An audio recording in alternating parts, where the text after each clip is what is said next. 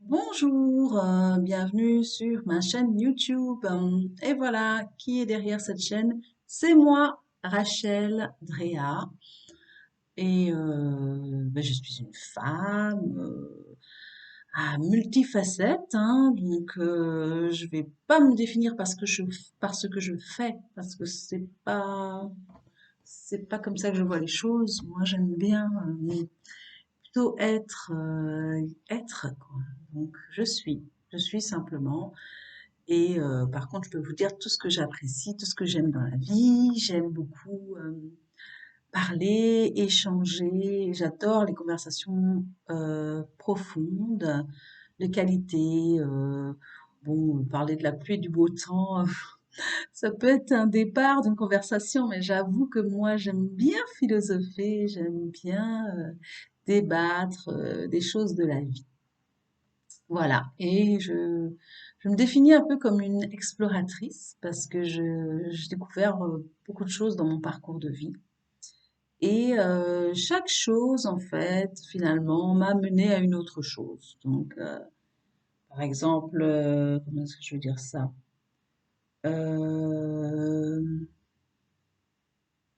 j'ai vécu en Côte d'Ivoire jusqu'à mes 18 ans, et puis le bac m'a amené en Normandie, et puis de la Normandie, les cours d'anglais m'ont amené à Londres, et puis à Londres, je me suis retrouvée dans la finance, dans les ressources humaines, et puis bah, de là, j'ai rencontré le père de mon fils, et puis le travail nous a amenés en Belgique, à Bruxelles. Et puis de nouveau dans la finance. Et puis de la finance, épreuve de vie, une séparation, un manque de sens au travail. Et je me suis retrouvée à approfondir au niveau plutôt spirituel. Et donc, je me suis tournée vers le yoga, vers tout ce qui est développement personnel. J'ai cherché, j'ai cherché, j'ai cherché ce qui pouvait me faire me sentir mieux. Ouais. Car j'avais des douleurs physiques, des soucis de santé qui s'éternisaient et mon corps me disait, bon ben, il faut faire quelque chose, il faut faire quelque chose, mais je n'écoutais pas les messages où j'étais perdue simplement, je ne trouvais pas comment sortir de cet engrenage de, euh, de souffrance simplement parce que j'étais plus sur mon chemin. Donc il y a eu un moment où j'étais un petit peu bloquée.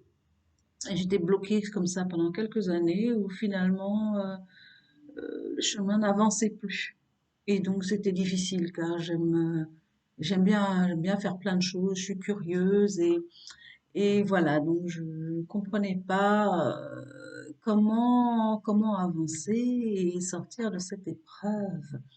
Et puis finalement, bon, bah, il a fallu faire une pause, hein, une pause, euh, et continuer avec cet outil de yoga et de travail sur moi, donc pas juste avec le yoga, mais également par la lecture de livres, par des accompagnements, par la reconnexion à moi-même, hein, pour retracer mon parcours de vie, retourner dans l'enfance pour voir un petit peu ce que j'avais envie de faire, ce que j'aimais, etc., etc. Ça a pris beaucoup, beaucoup de temps. Et donc, finalement, tout ça m'a amené donc à créer Yoga du Soi. Yoga du Soi, donc pour moi, c'est vraiment un yoga comme outil de connaissance de soi.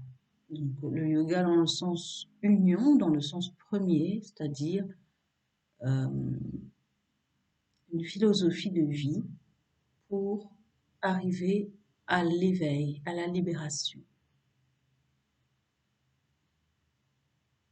C'est pas juste des exercices, bien que c'est très très utile aussi de faire les postures de yoga, mais c'est un travail profond au niveau donc du corps, au niveau du mental, au niveau des émotions. Euh,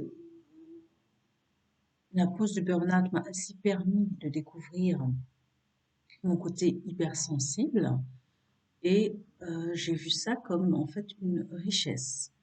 Une richesse dans le sens que finalement ça allait de pair avec tout ce qui est pleine conscience, tout ce qui est hum, intérêt pour la spiritualité aussi et pour le monde subtil, pour tout ce qui est énergie. Donc pour moi tout ça est connecté. Et les personnes hypersensibles ont justement une perception plus intense des choses au niveau émotionnel ou au niveau des sens, et également au niveau de l'intuition. Et finalement, je me dis, ben voilà, tu es parti d'un point A, et tu continues ton chemin, et chaque chose s'ajoute, et ça a vraiment du sens. Donc ça a du sens, même finalement cette épreuve de burn-out a du sens, et m'a permis de découvrir encore des facettes de moi-même. Et c'est pour ça que finalement, je suis reconnaissante et je continue ce travail. Je pense que ma mission de vie, c'est vraiment me découvrir et également aider, donc accompagner les autres. Ça fait depuis longtemps que j'avais envie d'être coach, mais il y avait pareil, au niveau du coaching, il me manquait quelque chose. Il me manquait la partie spirituelle.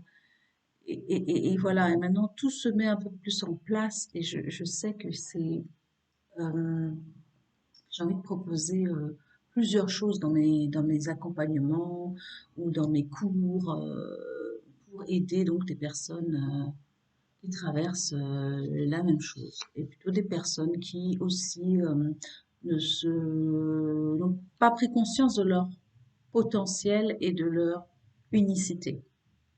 Voilà. Donc, je vais pas faire une vidéo trop longue parce que j'en ferai des petites. J'essaierai de faire des petites capsules régulièrement sur cette chaîne.